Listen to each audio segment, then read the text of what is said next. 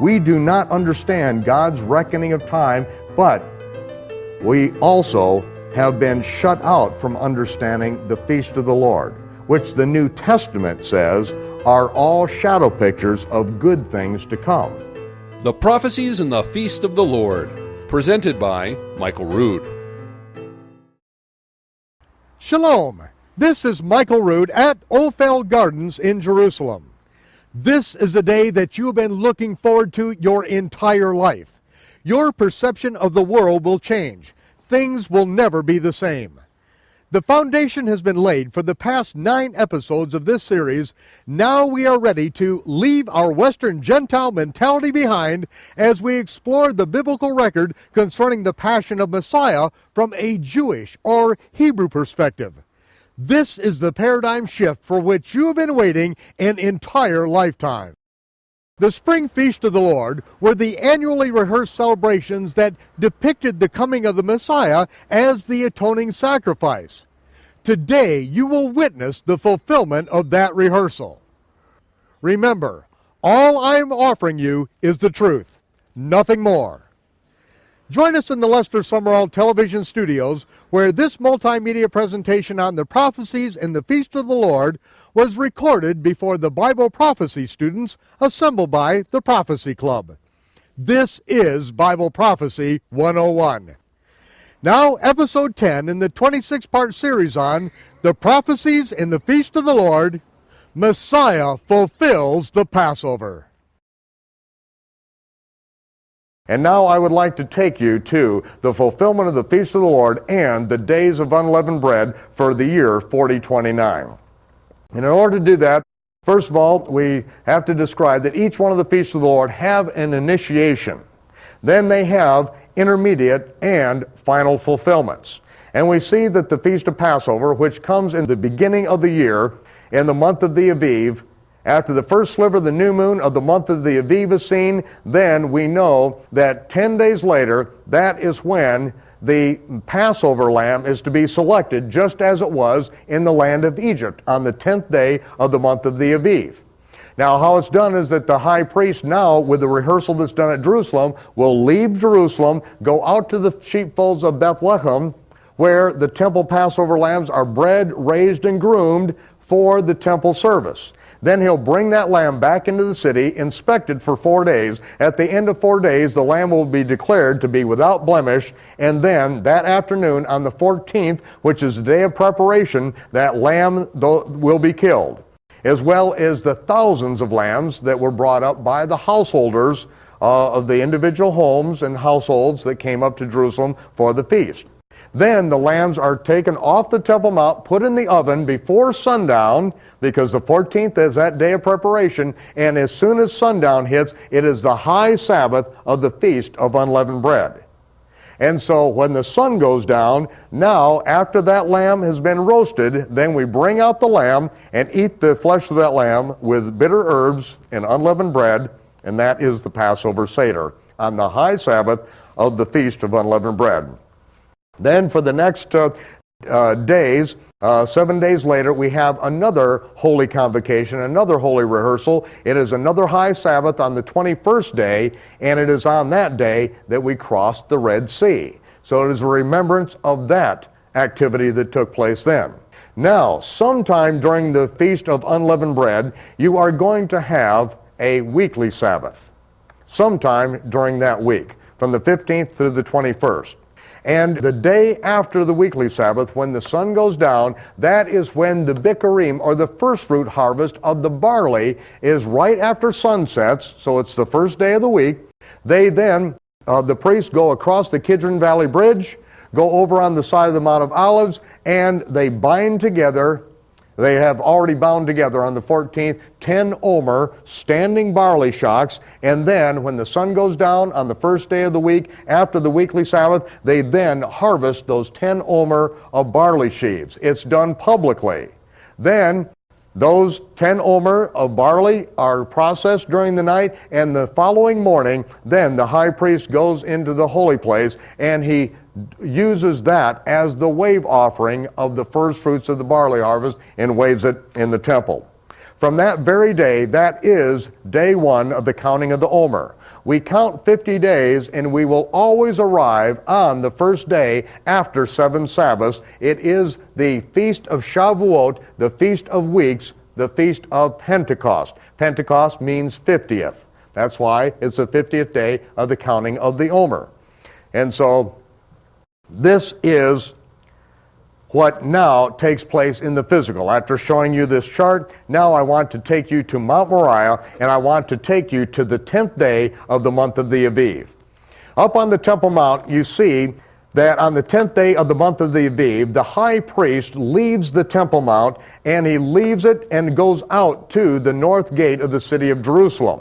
And how he gets out from the Temple Mount is that there are Levites that are standing shoulder to shoulder, making a pathway between them, and they are facing each other. And the Levites are standing there with these big palm fronds in their hand, and they have made a pathway for the high priest to be able to go out of the Temple Mount and nearly 3/4 of a mile out to the north gate. And there at the north gate, he leaves behind a large contingency, hundreds of Kohanim, or priests, and they stand there and wait for him as the high priest and his entourage goes out to the sheepfolds of Bethlehem and selects the most perfect example of a Passover lamb for that year, a male lamb of the first year.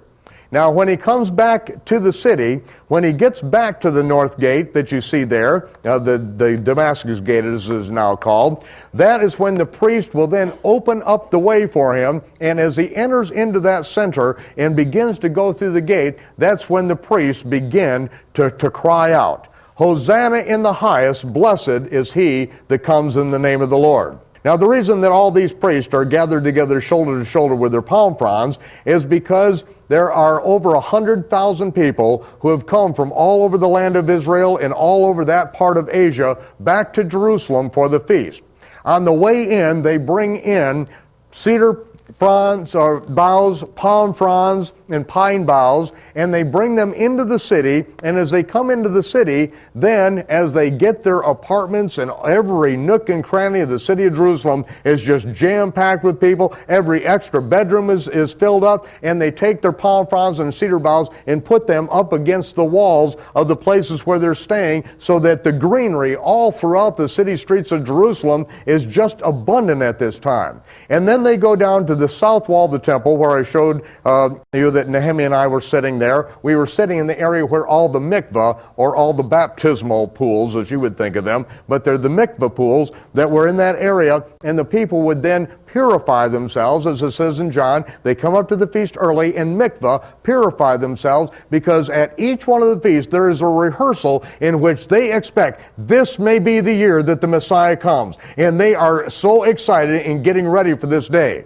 So it is on the 10th day of the month that they are all in their homes. The high priest has gone out to the sheepfolds of Bethlehem, and when he comes back into the city, the priest began crying out, "Hosanna in the highest, blessed is he that comes in the name of the Lord." Right then, 100,000 people rush out of every corner of Jerusalem. They rush out to that pathway carrying their palm fronds and their cedar boughs, and they all cry out, "Hosanna in the highest, blessed is he that comes in the name of the Lord." However, in the year 4029, things went down just a little bit differently. In fact, the Gospels record how that Yahshua takes his disciples and he goes to Bethany, which is up on really Mount Scopus, Hebrew University area there now. Hebrew University wasn't there in 4029, but it is there that they visit and stay with his good friend Lazarus, whom he had just raised from the dead just weeks before. And it is that night that Yahshua is anointed with a pound of spikenard, and he tells his disciples to gather together all of the disciples at the north gate of the city that next morning. When we say all the disciples, that could have been hundreds, not just the 12, but all of the disciples that they could get a hold of that had come up from Galilee, from Nazareth, all around, and tell them to all get at the north gate of the city. Then he tells the 2 of his disciples to go out and get a donkey, a colt on which no man had ever sat, and to put their tallits on him and get that donkey ready.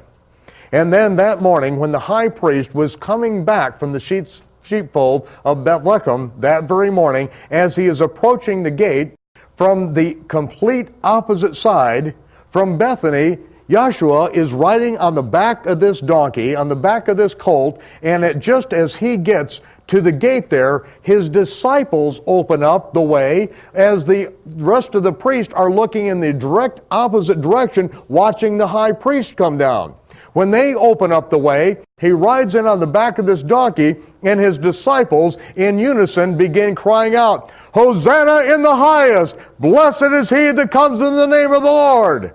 Right then, all of these priests, all the way up this line, begin crying out, "Hosanna in the highest! Blessed is he that comes in the name of the Lord!" They are carrying out what they've been doing every single year, and there's no reason why they wouldn't do it now, because they heard the cry go out outside of the gate, and now they are cheering it, and those thousands of priests all the way up onto the Temple Mount are crying out, "Hosanna in the highest." Right then, every single room in the city of Jerusalem is evacuated. They grab their palm fronds, they grab their cedar boughs, they rush out to that pathway, and they are waving it. It sounds like a hurricane in the city streets of Jerusalem. 100,000 people crying to the top of their voice, "Hosanna in the highest! Blessed is he that comes in the name of the Lord!" Right then, those Kohanim, those priests, turn around and they see Yahshua on the back of this donkey with his disciples who have started the whole thing, and they said, "Tell your disciples to shut up and quit saying this." And he said, "I will not.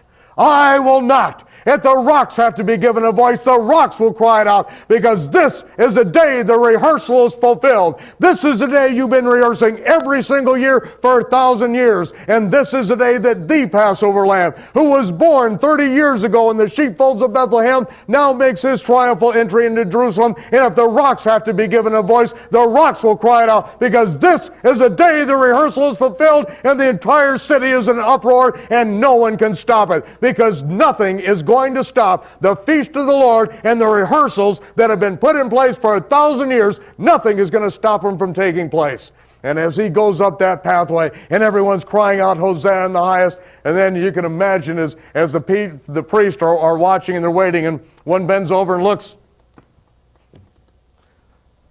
It's not a lamb, it's a donkey. There's a donkey coming. "Hosanna in the highest! Hosanna in the highest! Blessed is he that comes." He looks down. It's Jesus. It's Jesus on a donkey. But they don't know what's going on as he goes by, and he's riding on the back of this donkey, and they're crying out, "Hosanna in the highest." And the entire pathway behind him completely fills in with hundreds of disciples and all the people of the city now falling in behind him, and they continue, all the priests ahead continue, "Hosanna in the highest," until he gets all the way up on the Temple Mount. But the whole pathway is completely filled in behind him, and the high priest is standing outside the city wall of Jerusalem with this lamb on a rope. Can't even get into town. He gets up on the Temple Mount, and there is where the Passover lamb is to be staked for 4 days. For 4 days, and that's why the Gospels record that day after day, the Herodians, the Pharisees, the Sadducees, the Karaites, the religious leaders and civil leaders alike, everyone is trying to find something wrong with them for the 4 days of the inspection of the Passover lamb. But they can't find anything wrong with them. Finally, it comes to sundown on the 13th day, and as the sun sets, it is now the day of preparation. They have been preparing now for several days for the Passover meal, because you begin preparing on the 10th day of the month. And as they are that evening reclining and they are eating, that is when the Lord knows that this is the Last Supper that he will have with his disciples. It says that after the supper, that he washes his disciples' feet. Now, this Last Supper is not the Passover meal. And I'm going to show you why it's not the Passover meal so that you can understand what's taking place here. Because if it's a Passover meal, that would be a high Sabbath, and there would be no work, no washing of feet after the meal. In fact, it says that that is when Yahshua took bread and he blessed God by saying that prayer that we spoke of earlier. "Blessed are you, O Lord our God, King of the universe, who brings forth bread from the earth." And he said, "I am the bread of life. This is my body, which is broken for you." Do this as often as you do it in remembrance of me. And then he took the cup, and he spoke the very words of Melchizedek when he brought forth bread and wine to Abraham. And Abraham was so moved by what Melchizedek shared with him that Abraham took a tenth of everything that he had just won in a life and death bloodbath battle to secure the release of his nephew Lot. And he took a tenth of it and put it in the hands of Melchizedek. Because what Melchizedek shared with them, he was so moved by it that from that time on, he shared with all of his offspring, and that was passed down for all generations. And as the Messiah took that cup, he then said, Baruch atah Adonai Eloheinu melech haolam, borei pri hagafen.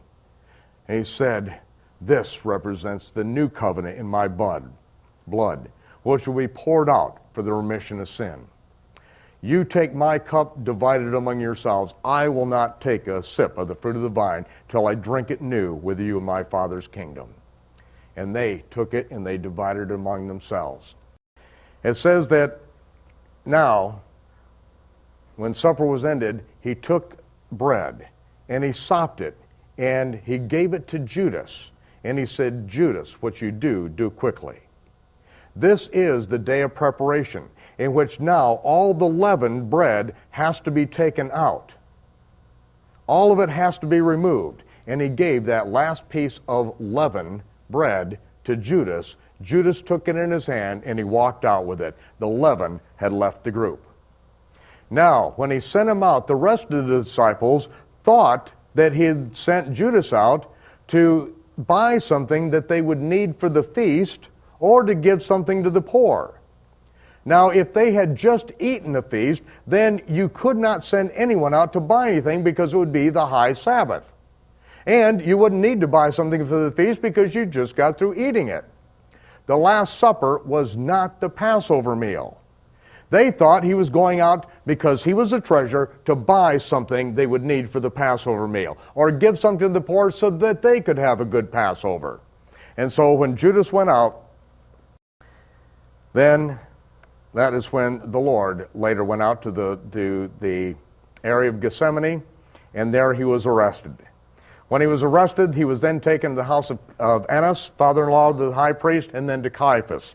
And then, after a mock trial there, he was taken to the northern quadrant, as you see on your map, the northern quadrant of the Temple Mount.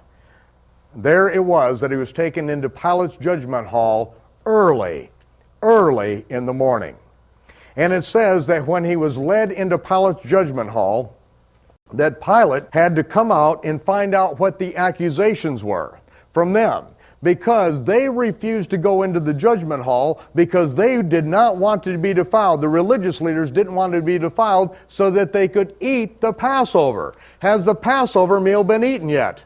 No, it's a day of preparation. But they won't go into the judgment hall. He has to come out, find out what the accusations are. Then he has to turn around, go all the way back into the judgment hall and talk to the Lord there and find out what these accusations are, and he responds to them. And he comes out, this is ridiculous. This is all having to do with the Torah, and you guys are envious. You are moved with envy, that's why you're doing this. And then they brought more accusations. He had to walk in and out, and he is trying to get Jesus off.